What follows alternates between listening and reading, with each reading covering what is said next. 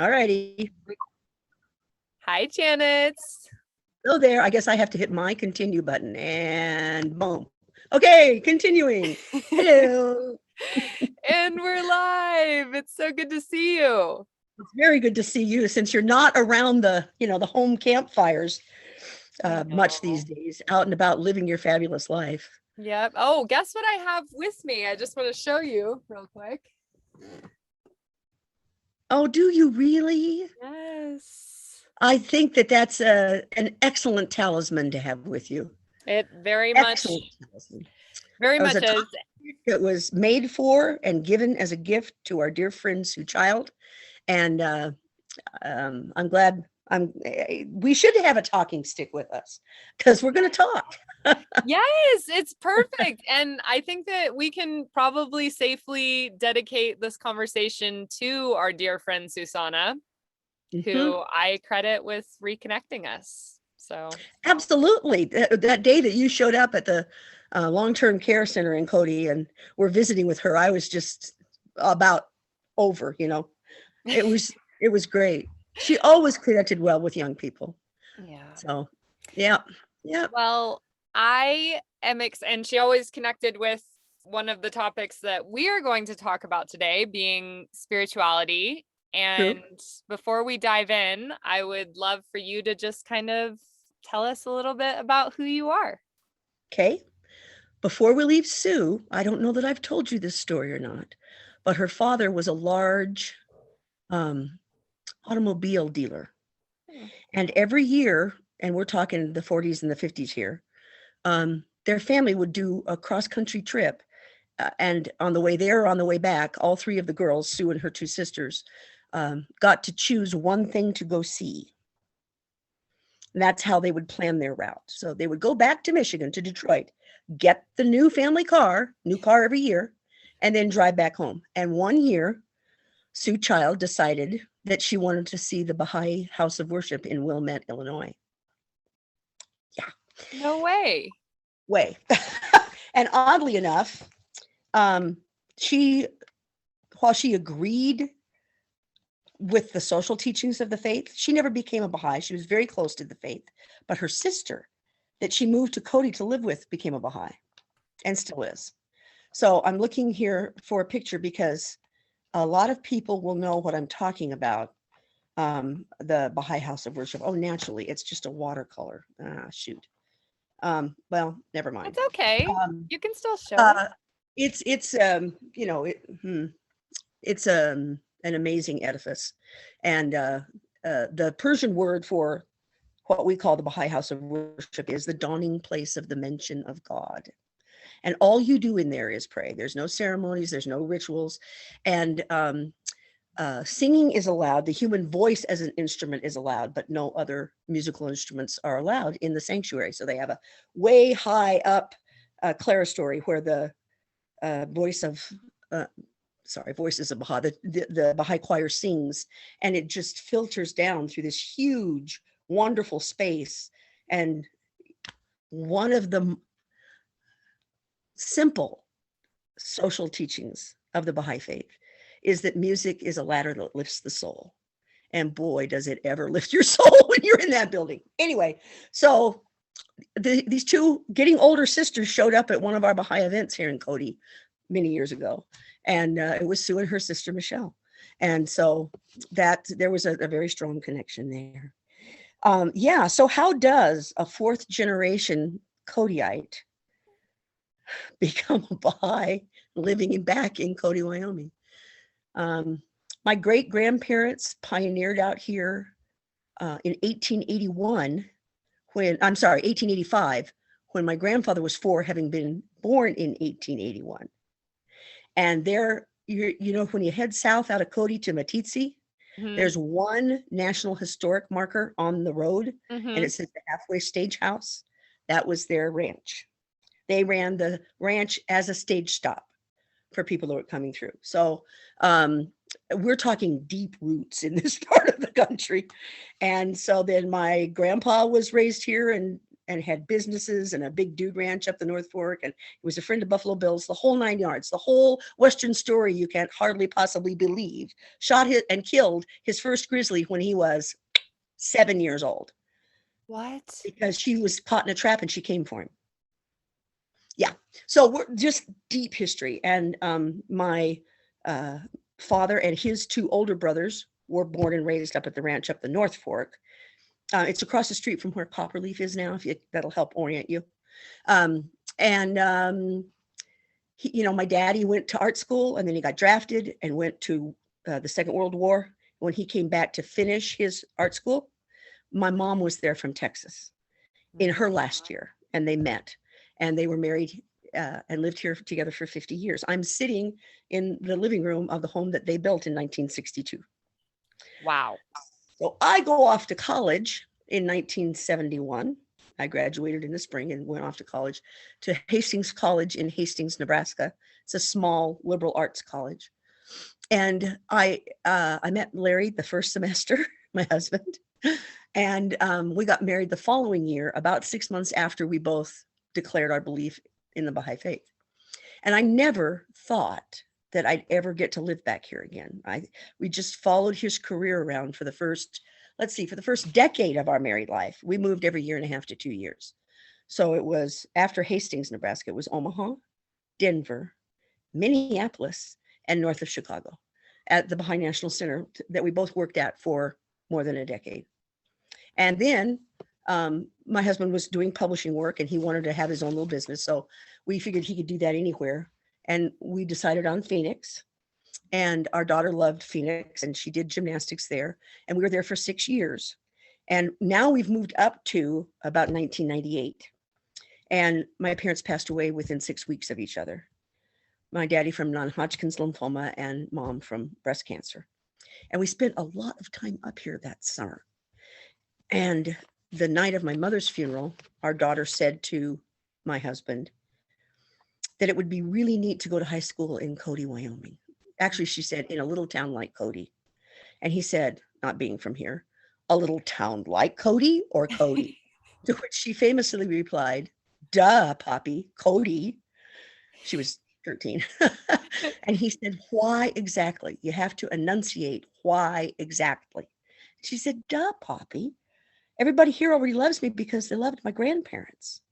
Aww.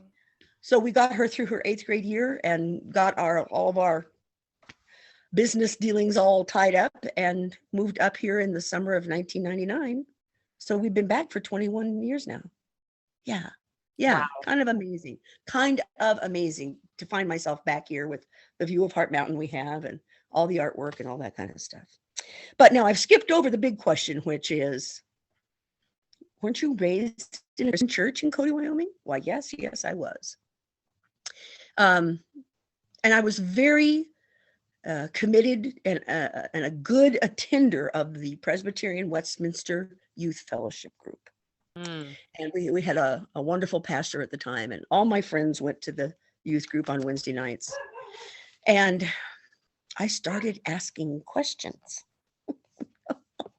Possibly not to answer. And after a couple of weeks or months of that, I was disinvited to attend Presbyterian Westminster Youth Fellowship. What? Yes, they asked me not to come because I was asking questions that made the other children uncomfortable. And I replied, you mean that make you uncomfortable? Are adult leaders and you don't know how to respond? The age old, okay, if the only possible path to heaven and God is through belief in Jesus Christ, what about all the people that lived before him who never had the opportunity? What about all the people who live in parts of the world that still don't have a very large Christian population, and they are born and raised as a Jew, as a Muslim, as a Buddhist, what about all of them? I don't believe in that wasteful of God. I'm sorry. He's just going to put all these people on the planet and then what, purgatory forever? Because we are talking eternity here. Yep. Eternity. I'm sorry. I don't believe that. So what's the explanation for it? And they couldn't. So I became quite disinvolved and disaffected And I think that was when I was 16. So that would have been my junior year of high school. Back in the day, all the high school seniors at Cody High School had to take PAD, Problems in American Democracy. It was the government civics class that you had to pass to graduate. And we had a very wonderful teacher. For me, he was very wonderful. And he asked me to hold back one day going out of class. And he said, I can tell from your arguments in class when we're debating and the questions that you ask that you are genuinely a spiritual seeker. And I think you would enjoy this. And he handed me Siddhartha, the book about Siddhartha Gautama Buddha. I have goosebumps. Which I swallowed whole. I just, wow. Who knew that there could be other such powerful spiritual teachings in the world? And so he kept feeding my brain all semester long and suggesting that I go see this church service and mingle with the people here and read this and do that. And interestingly enough, he was very, very, very, very strong, active member of the LDS church. And he never pushed that on me, ever. Wow. Yeah. We had a very good sort of, not meeting of equals, but mentor relationship. So off I go to college in the fall of 1971, and there was a very active Baha'i youth group on campus. And for anyone who might watch this later, that word is BAHA', Baha'i. So a follower of the Baha'i faith is simply called a Baha'i. We are not Baha'ists. It's not Baha'ism. It's the Baha'i faith. And the reason why it's like a contraction. The prophet founder of the Baha'i faith took the title, the glory of God, which is Baha'u'llah. So a follower of the Baha'i faith is following Baha'u'llah. And the Baha of that means glory. So that's where that all comes from. So there was this active group, and I kept hearing things and seeing things. And my husband was a senior when I was a freshman. We weren't married yet, but we were significantly dating. And he was a philosophy major. And I asked him one day, I said, what's this Baha'i thing? What do you know about that? To which he replied, oh, the Baha'is. Yeah, you don't want to know them. You don't want to know about that. They have all the answers. And I don't believe anybody who has all the answers. This is textbook negative psychology, because he knew that would piss me off. Pardon my language. So after my last class that day, I stumped over to the library and looked in the card catalog and got all excited because the Baha'is there had been placing books in the library. Here, if you want to learn about it, here's a book. So I went to the stacks. Every single one of them was checked out. I was so annoyed, so angry. I went stomping back to my dorm, and you had to stop at the desk, to check in on the way in. And the girl behind the desk said, okay, I got you checked in. There's something here for you on the desk. And there's a pile of books. Oh. He knew that having said that to me would make me go straight to the library. And so he checked all the books out for me and left them there on the desk. That is one of the most romantic things I've ever heard. Very much so. Very much. So, I was gobbling things up whole. And Larry played a lot of bridge in college. And it was either that night or the next night that we were over at the Union, and he was involved in a very active bridge game. And I was friends with the young woman that ran the food counter in the little coffee shop type thing that they had there. And she had been reading, and it was an interesting looking book. It was called Thief in the Night. And I said, what's that you're reading? Is that a novel or something? She said, no, this is the story about how Baha'u'llah came and fulfilled all of the promises that Christ gave about his return, and that he would come as a thief in the night. That's where the title came from. I said, well, can I look at it? And she said, yeah, I got to go clean the kitchen anyway. That book sits directly across from me on my bookcase. I never gave it back to her.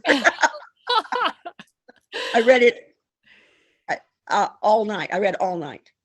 And then the next day, somebody gave me another book, which is kind of like a textbook about the faith. It's called Baha'u'lláh and the New Era, because we do believe that mankind is entering into a new era of social organization. And Larry and I started going to firesides, and a fireside is an opportunity for Baha'is and their friends to meet in a social setting with, snacks and tea, and you could ask any question you want to ask and get an answer. You can look at the books, it's just a finding out kind of scenario. And so we went to several scenarios. By this time it was April, and they had at that time, in addition to the underage students, you have to be 21 years old to be voted on to a local spiritual assembly, which is the local governing unit. And 9 is a very significant number to the faith, partly for numerology, but partly for other reasons. It is the largest single number that can be denoted by one digit. Right. So one of our slogans is unity in diversity. Ooh. So, yeah. So that's why we use the number 9 a lot. Like if you ever do get to see a Baha'i house of worship, there's not just the one in Wilmette. They're all over the world. They all have 9 entrances, 9 sides. It's just a thing, Cool. It has a lot of deep symbolism for us.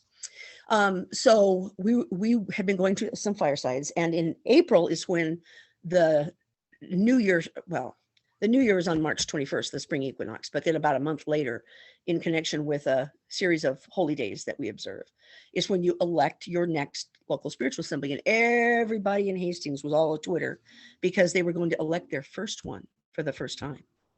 They had not ever had 9 adults before, and now they did have 9 adults. Okay, so it was a very big deal. So our good friends that were part of the college group both worked in the food service to make their way through school. And I was in line for breakfast that one morning. And I said, Charlotte, when's the next Baha'i meeting that I can come to? That Larry and I want to come. And she said, well, technically you can come to the holy day.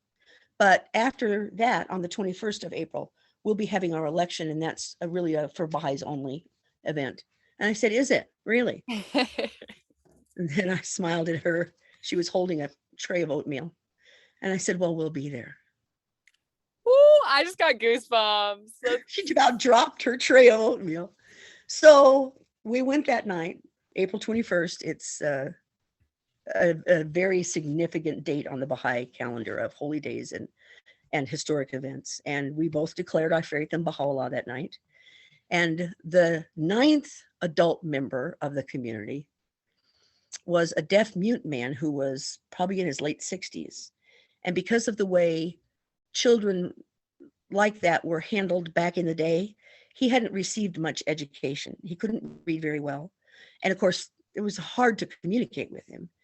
And people are, when they are voting in a Baha'i election, they are enjoined to consider who brings the best combination of maturity and learning and all the different virtues that you might want to have associated with someone who is serving in that kind of an administrative capacity. And all those friends looked around, and about 15 minutes after we declared our faith in Baha'u'llah, my 21-year-old husband was elected to the first spiritual assembly of the Baha'is of Hastings, Nebraska, instead of that older man who had less ability to serve, I guess, is how they looked at it. There's no nominations. It's all secret ballot. And it was just announced that the 9 members of the spiritual assembly were going to include Larry. So that was April 21st of 1972. I was still in college, still had women's hours in the dorm. So I had to huff it that night back to the dorm. He had to stay there, and they had to elect officers and that sort of thing. And in December of 1972, about 6 months later, on the 12th, we were married in the first legal Baha'i ceremony in Adams County, Nebraska. Wow. So I became a Baha'i about a month before my 19th birthday. I was still 18. I turned on the 27th of May. So that was about a month beforehand. And then 6 months later, we were married, and we're still married. Next year will be our 50th wedding anniversary and our 50th anniversary of being Baha'is. So Holy cow. there's some history there. A lot of loving, intellectual, spiritual history, a lot. Yes. I always tell people I'm not much of a mystic. I didn't come into the faith with a lot of mystical input. I'd read a lot of the writings by that time, and some of the writings of Baha'u'llah are very mystical. He's got a little book called The Seven Valleys and the Four Valleys, and that's your trip through the Seven Valleys and the Four Valleys to get to God. It's an amazing book. I am a very flat-footed, practical person. So while I couldn't believe in a God that would waste all that spiritual ectoplasm on people who had not been given the opportunity to know Christ. I likewise felt that the teachings of the Baha'i Faith are extremely practical. Now, we make a distinction between spiritual teachings that are constant and eternal in our society and social teachings which evolve. So the best example that I ever give anybody of a spiritual teaching is the Golden Rule. It has existed in every organized group of humans since the dawn of time. Tribes, nations, nomadic peoples, huge religions, they all have a version of the Golden Rule, Right. because that is how we should treat one another. So that's the eternal face of God. Eternal now, eternal in the future. That's that teaching that has been given to us from time immemorial. So what changes? Well, we have about 12 principles that we tell people sort of define the Baha'i Faith. The first three are what we call the three Onenesses. The oneness of God. We believe that anyone who is worshiping the Creator is worshiping the same God. Makes no difference the name that your language group just happens to call him. God and Allah are the same. Bing, bing, bing, bing, bing, bing, bing. And people get all flipped out that in my culture, I most often refer to God as he. It's because we don't have a neutral pronoun that is respectful enough. I'm not going to call God it. Didn't work for me. Well, So, what about they? That's definitely yes, a thing now. it is a thing now. And I'll tell you, the majority of the Baha'i writings, and they are vast, like 12 Bibles worth of writings. Baha'u'llah had a forerunner who his title was the Gate, the Bab, and he said that he was the gate through whom one greater than himself would come to mankind, and that was Baha'u'llah. And then Baha'u'llah appointed his eldest son, Abdul-Baha, as the interpreter of his word and to serve as our exemplar of what a Baha'i should be. And he wrote extensively. And that's the sacred scripture of the Baha'i Faith. And what was the point that I was coming at for this? Right. One God, and we're all worshiping the same one. One mankind. There's one race. It's called human.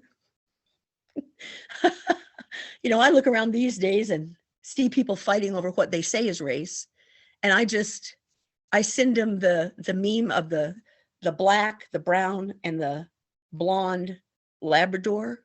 And it says, "We are the same animal. Racism is stupid." Well, we are the same animal. Racism is stupid.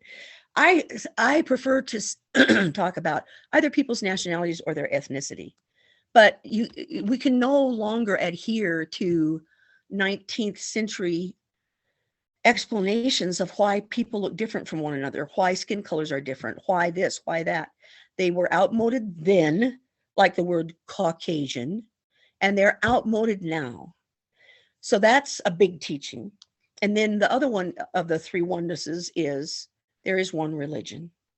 It's God's religion, and he continues to unfold it. He promised all the way back to Adam that he would never leave mankind alone. And he never has. But because we have these finite brains in these finite skulls, we don't see much beyond our here and now. With the advent of the technology that we were gushing over before we came on air, you have to work pretty hard to be an ignorant racist these days, because it's out there, everyone on earth, you got your two eyes, your nose, you have your senses, you have your legs and your arms, you procreate the same way, you want the same things for your children, you want good things to eat and a safe place to live. We are the same. We bleed the same color. We are the same. So the concept that there can be one religion made utter and complete practical sense to me, and that we simply go through different phases of it with different teachers. I don't understand why this is such a difficult concept for some people to swallow. I use the analogy of a child going through school. The chances are really good that your first grade teacher understands algebra or calculus, because they have a college degree and they had to go through college to get a teaching degree. Do they teach calculus to the 6-year-olds? No, they teach them their numbers and basic arithmetic. Okay. On the basis of that knowledge, when you get along to maybe 4th grade, if you're lucky, well, okay, in 2nd and 3rd, you're not doing simple arithmetic anymore. You're doing like long division. So you're taking those numbers and doing something different with them. And then, like, our daughter got to take pre-algebra in 4th grade. Pre-algebra, yeah, understanding, signs and formulas and things. And then based on that knowledge, then she got to do algebra. And based on that knowledge, geometry, algebra 2, calculus, trigonometry, macro and micro economics in college. God sends mankind the message for the day in which they're living. And they're real easy to pick out. You don't have to wonder, is so-and-so a prophet from God? Or we use the word manifestation. To manifest something means to make it visible, to make it shown and known. So a manifestation of God reflects the power of God, the knowledge of God, the teachings for the people, all of the attributes of God. Every great name you could think of for God is manifested in the human body that he chooses to manifest it into, but not incarnated, not God incarnate walking around on earth, because what would the rest of the universe be doing? Piper, you are interrupting me. Somebody's probably walking their dog, and she always tries to get their attention. I'm up here. I'm available for play. Hush now, Piper, come here. My dogs do the same thing. Yes. Yeah. No. Okay. So you're fed what you need to be fed at that time. We're just, as a humanity, we're just barely passing through our adolescence.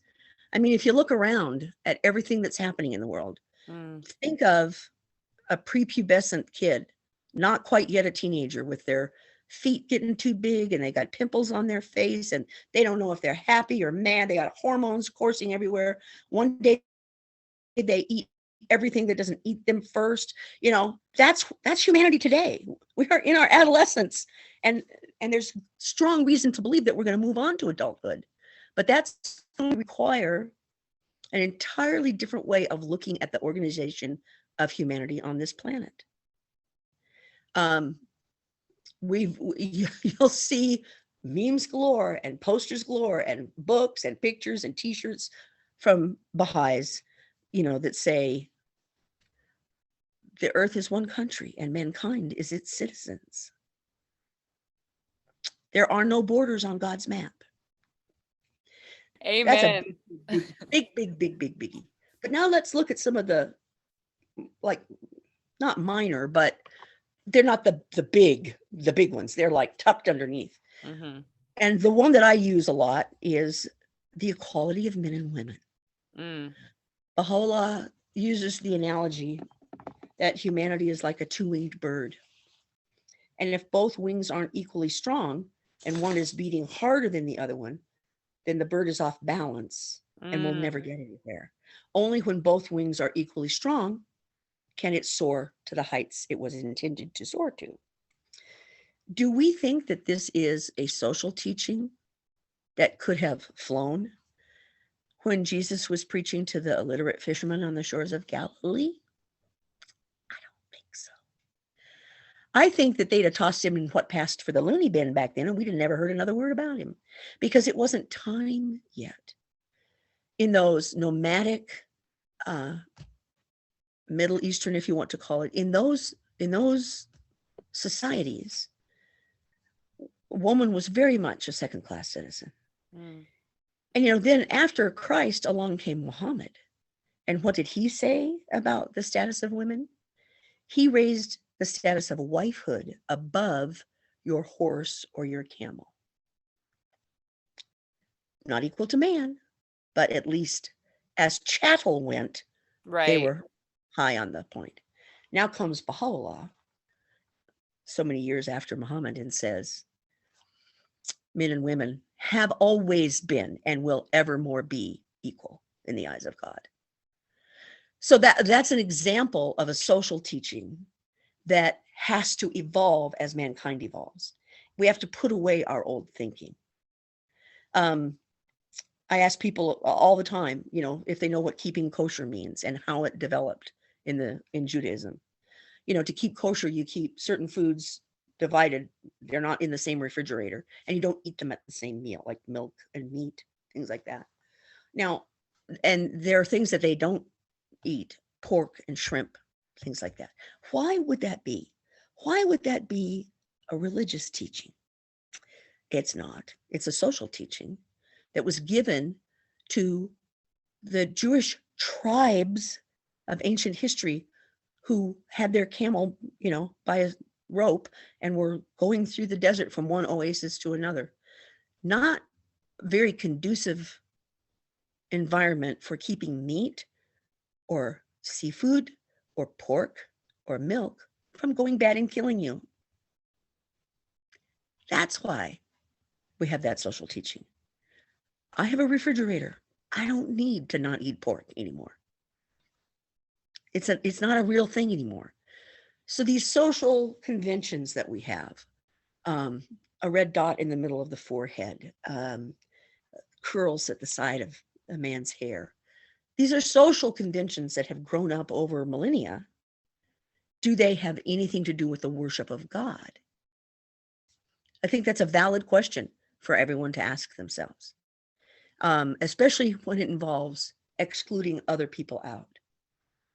There's a lot of writings about othering people and that we shouldn't other one another. Right. We're the same, with the same rights and the same God-given divine gifts. So social teachings evolve, and we are in a period right now. Baha'u'lláh died in 1892.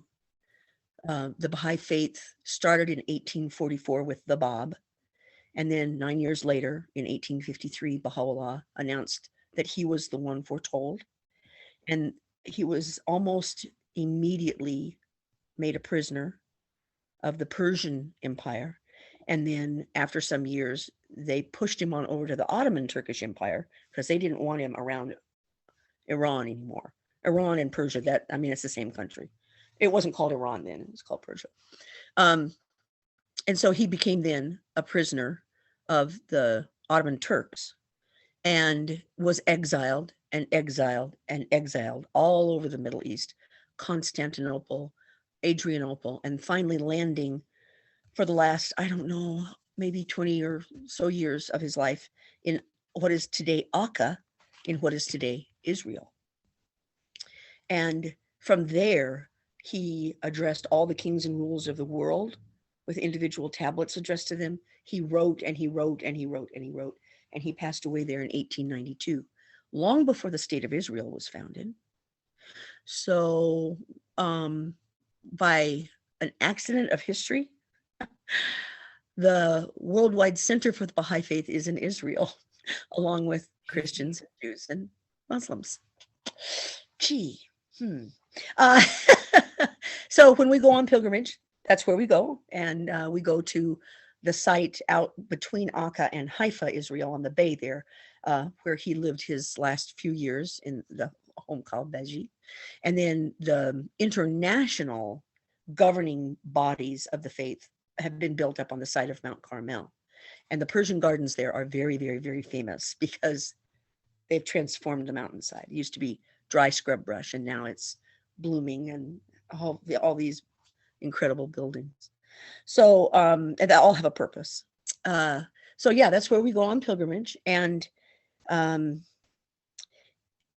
the Encyclopedia Britannica has recognized the Baha'i Faith for at least 20 years, if not longer, as being the most diverse group of people that belong to an organization on the planet. We have more people from more tribes, nations, ethnicities, countries than any other, and more widespread in more places than any religion other than Christianity. And a lot of people will not have heard of it. But I mean, I'm a Baha'i and I live in Cody, Wyoming. Hello. Right. There are Baha'is everywhere, literally everywhere. So we are more widespread in more places. That doesn't mean that there's thousands of us in one place. In some places, like in India, holy moly, there are so many Baha'is in India. But we are everywhere. And if you can do the math, I'm not real good with doing math with dates, but 2021 minus 1844 is not a very long period of time for a faith to have been born, gone through all the convulsions that a faith goes through when there's a new prophet, not respected in his own country. 20,000 of the followers of the Bab were martyred, shot to death, or hung. Whoa. In the 9 years of his ministry, from when he announced who he was to his death by firing squad, 20,000 of his followers. How many did you have that you could lose 20,000? You know, Right. it catches people's imagination and it just goes on fire. So yeah, Baha'u'llah's eldest son, who became our example, he came over to America from the then liberated, it was Palestine, in 1911 and 1912, and he went across the country and up into Canada, and then went back again, and taught the faith. He gave speech after speech after speech, and he was at churches, he was at unions, he was at huge gatherings of people, and he was 68 years old, and he had been in prison since he was about 12. Because back in the day, when a man got imprisoned, his whole family was imprisoned. When he was exiled, his whole family was exiled. So Abdu'l-Baha never had any formal schooling, only that which he received from his father. And yet he went on this 239-day tour of America, giving speeches about his father and his faith and the teachings. And here we are, 170 some odd years later, and it's everywhere in the world. Boy, you don't dare ask me a question. You might get an answer, huh?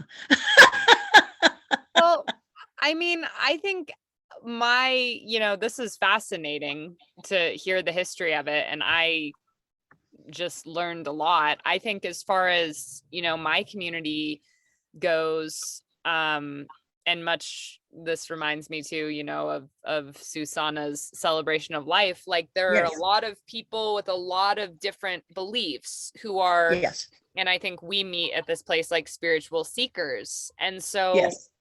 why is Baha'i a place where people like that can find a home? Because I mean, I'm also hearing you, for instance, like use the word numerology, and it's like, man, you can't walk into, a Christian church and use that word. So is it sort of a conglomeration? Like, why is this? It is not a synthesis. It is entirely new. What does sound familiar are the eternal spiritual teachings, like the Golden Rule. Yeah, that's not groundbreaking. That's a continuation. The faith of God, eternal in the past, eternal in the future. It's the same thing. Okay. The majority of the literature of the Baha'i Faith was written by the Bab, Baha'u'lláh, and Abdu'l-Baha in either Persian or Arabic. All Persians who were raised Muslim know Arabic, but they also know their own language. And it's a great deal like French and English. They use the same alphabet, but the language is different. The syntax, the names for things, it's different. And then there were some writings done in Turkish. Anyway, in the Arabic world, specifically in Islam, every character has a numerical value. So the history of using a numerical value to figure out what the value of a word would be is quite old in that world and in that religion and in that educational system. So when I very quickly use the word numerology, it's not something that American Baha'is who speak American English spend a lot of time on, but that's okay because others do understand it and they do it and it's meaningful to them. Right. So I can't think, well, yeah, I guess I can. I can think of a couple of groups of people who would not willingly find a home in the Baha'i faith. But in terms of the practicality of the teachings and in terms of the visible expression of the coming of a new manifestation to mankind back in the 1800s, what's going on in the world today is a reflection that the old world order is being rolled up, that things like institutionalized racism that worked real well at the dawn of America for a certain complexioned people, things like that don't work anymore. Making women second-class citizens doesn't work anymore. People have figured it out. Part of the reason why they figured out is because the energy that a manifestation of God brings into the world renews it. Okay? If you were to look at a timeline of technological innovation from like the ancient parts of the Old Testament until today, you would see some spikes during the early years of Christianity, during the early years of Islam. And since 1844, it's just gone crazy technology, crazy. Our belief is that all of that spiritual energy that was released into the world by having another manifestation, walking on earth, telling his story, writing his words, addressing the leaders of the world, and also the suffering that a manifestation always suffers, always. That the release of that energy has changed the earth. It's changed it. I'm not anything close to being a biblical scholar. I'm not handy at quoting chapters and verses. For one thing, they involve numbers. Numbers are not my friend. If I have to remember someone's address, I'll remember the name of the street, but the numbers, they don't compute. So I'm not good at quoting chapter and verse, but I do know that all of the conditions for the return of Christ have been met, and they were met in the mid-1840s. End of story. And that all of the other prognostications that people in every country, in every society have said about the future of mankind, they are happening. None of this stuff happens overnight. None of it. Think how big the Christian community was on Easter Sunday. It was the disciple. Right. Yeah. It takes a while for that energy to get out into the world and for people to catch it.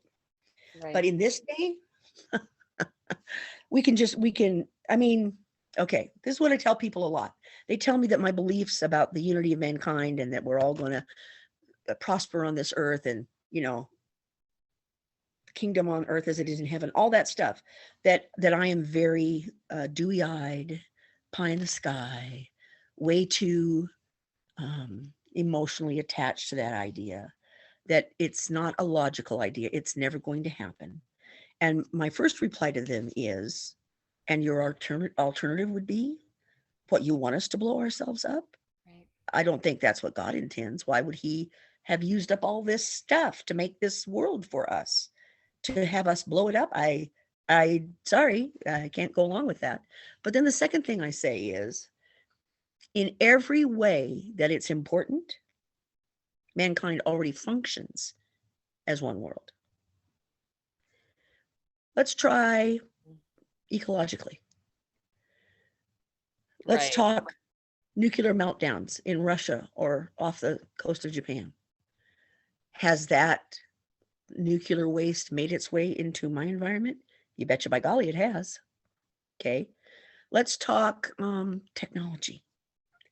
Technologically, we live as one world. You know, here I am talking to you, wherever in the universe you are. After I get done with this, I could go in on a Zoom meeting that's happening in China or happening in Russia or happening on Samoa. We live as one world technologically. Let's talk economically. Whatever the Tokyo stock market closes at is what makes our market open at a certain point in the morning, halfway around the world. And when one market starts to go down, they all go down. And when one gets healthy, they all get healthy. And when there is a nation or a group of people, an ethnic group that are suffering because there's a great deal of prejudice against their people, that suffering, economic suffering, has an immense impact on the rest of mankind. I mean, think of all the children who aren't being properly educated in all of these war-torn areas that we pay attention to all the time on the news. Economically, we live as one world. And now there's I usually go over those three, but now I've got a new one. Scientifically and medically, we live as one world. Just ask the coronavirus. The coronavirus does not care who we are and where we live. It erupted a little over a year ago, and it's now every frickin' where. Mm-hmm. If the reality that we live as one world medically doesn't open people's eyes up to the fact that we live as one world in all of these other ways, and that we need to treat one another as our family and our brothers and sisters, if that doesn't do it, then I don't know what's gonna. To me, it's the only thing that does make sense. Okay? Yeah. So I've known people from many different backgrounds, from atheism and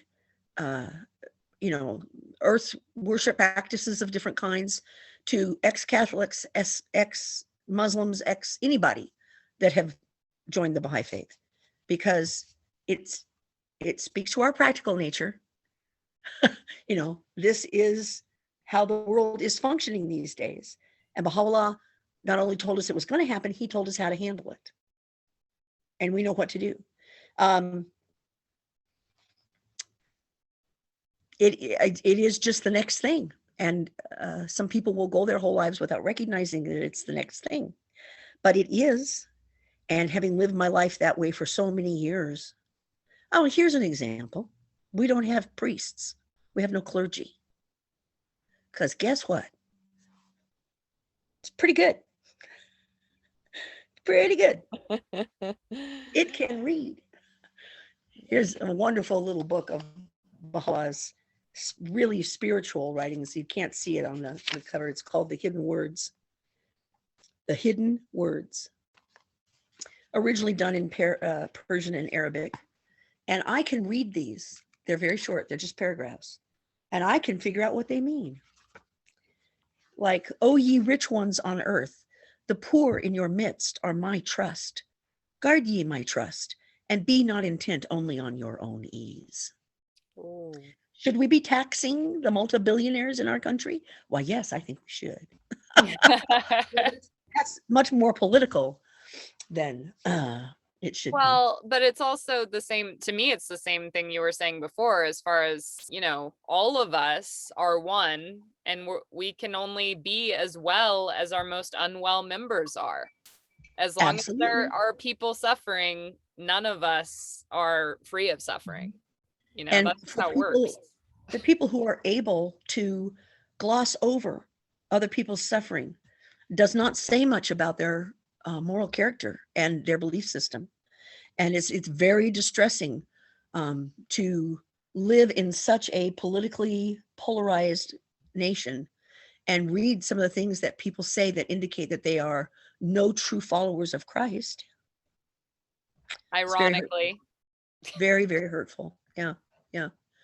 I don't know if I adequately answered that question about, can other people. Here's the thing. If you ever only remember one word about the Baha'i faith, let it be the word unity.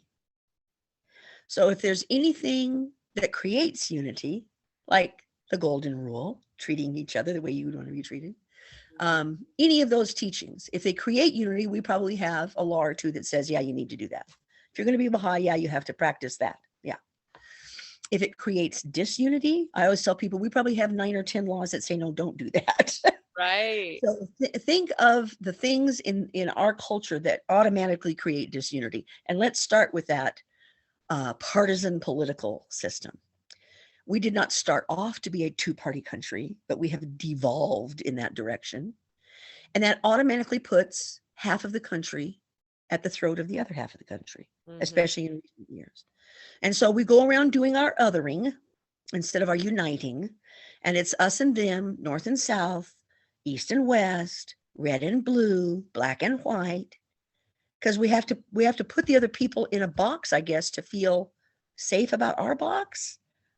I think that prejudice is born out of fear, and fear is born out of ignorance. So, they say travel is fatal to ignorance. People need to get out and around the world and figure out that we're all just the same. So here's another disunifying thing that we don't do. Baha'is don't drink. We don't do drugs unless it's a prescription from the doctor. Name me one thing that has been more destructive to the American family or families all over the world, but specifically our culture, than alcoholism. It's devastating. It's devastating to the individual, to their family, to their community, and to their nation. And because it's so disunifying, we have a law that says, yeah, don't do that. I know people that would be Baha'is today if they weren't being told that they couldn't have a beer. I don't care.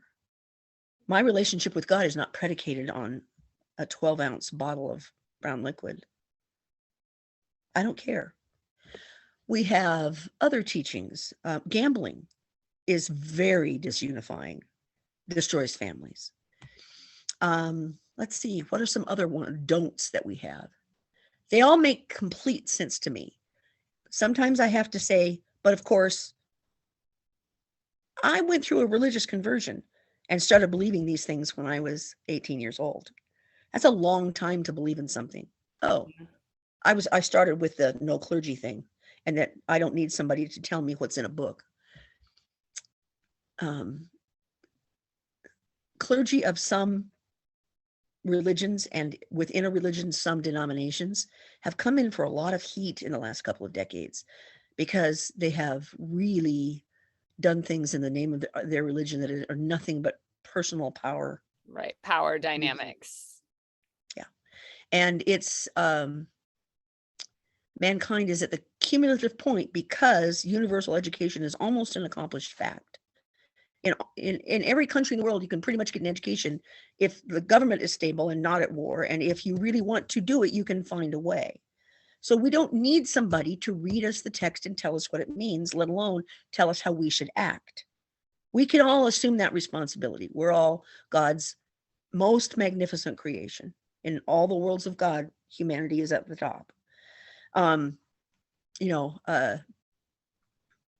dog can love you, and a dog can do what it is that you want them to do, but do they understand why you're asking them to do that? A plant can be food for the animal, but does the plant understand why it's feeding the animal? And a rock can break down and create soil in the mineral kingdom. Does it have a clue that it's growing a flower? No. All the mineral, vegetable, animal realms of God are all realized in the human creation. So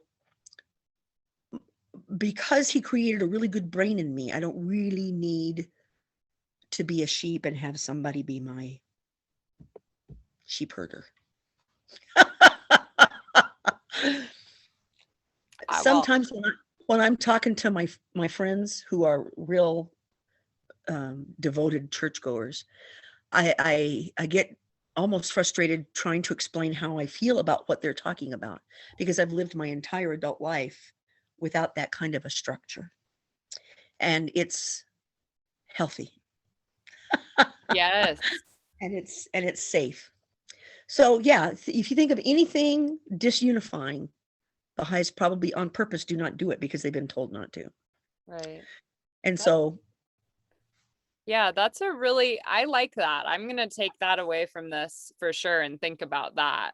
I mean, like, does this bring unity or does this bring disunity? Like that right there is a pretty powerful framework. Here's a big one: backbiting and gossip. Abdu'l-Baha taught us, if a person has 10 characteristics and 9 of them are good and 1 of them is bad, never mention the one. Just concentrate on the good. But if they have 10 characteristics and 9 of them are very negative and 1 is good, then that's the one you concentrate on when you are talking with them, working with them. And the other thing about backbiting is, if I start talking to you about, I don't know, your youngest brother, because I have some story to tell, it blackens my heart because I'm telling the story. It blackens your heart because you're hearing it. And it blackens his heart. He's being hurt by it. So backbiting and gossip are a big no-no in the Baha'i Faith. So if I don't gossip, who does that hurt? Nobody. If I don't backbite about people, is that unifying? Yes. Yes. And I've lived this way for so long. I get confused when I'm talking with people who don't know what I'm talking about. Who, it's like, what? I have a dear friend here in town who got very upset during the run-up to the election because the minister was telling them what they should do from his pulpit, telling them how to vote. So yeah, that's unity is a very big watchword to remember.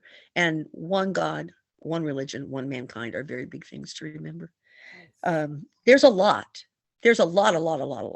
Right. I have a whole bookcase over there. There's, prayer is a very big, important part of our life. I've got 5 different prayer books sitting here in case you wanted to see anything. Well,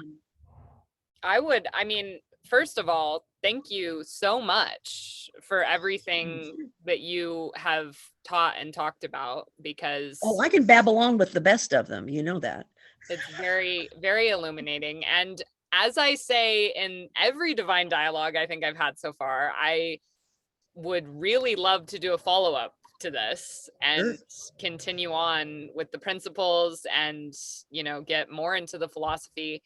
And if you would, to close us out here, I would love for a prayer, a passage, anything. No, absolutely. That would be wonderful. This is just a magazine that we have that is just basic information. And in the back of it, I am always reminded to tell people, you can learn an awful lot from our websites.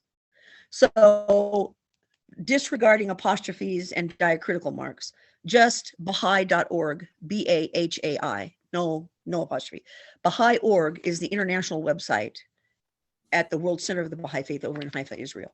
And then the one here in the US is, I think it's Baha'i.us, I think is what it is. Why can't I see that? Oh, I see. Yeah. And take a half an hour or so and look at some of the information, the pictures, the people, the quotes, and come back at me with a lot more questions. Yes, ma'am. So that I'm definitely addressing what you want to know instead of what I want to tell you. Well, I got the history was pretty powerful. And it's, what I like too about these videos is, like, sure, there's my channel, but with the keywords and everything, it's like people who are going on to YouTube looking to find out more about the Baha'i faith just in general, this is one of the resources that's out there for them now. So, whoa, that's very cool. Yeah. So yeah, I did find a lovely little prayer. It's a couple of paragraphs.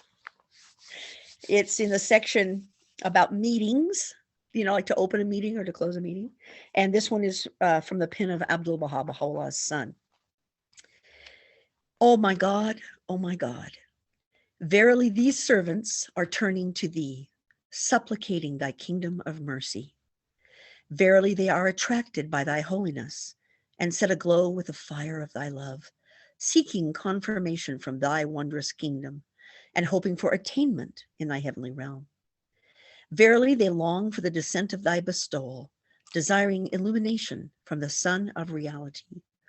O Lord, make them radiant lamps, merciful signs, fruitful trees, and shining stars. May they come forth in thy service and be connected with thee by the bonds and ties of thy love, longing for the lights of thy favor. O Lord, make them signs of guidance, standards of thine immortal kingdom, waves of the sea of thy mercy, mirrors of the light of thy majesty. Verily, thou art the generous. Verily, thou art the merciful. Verily, thou art the precious, the beloved.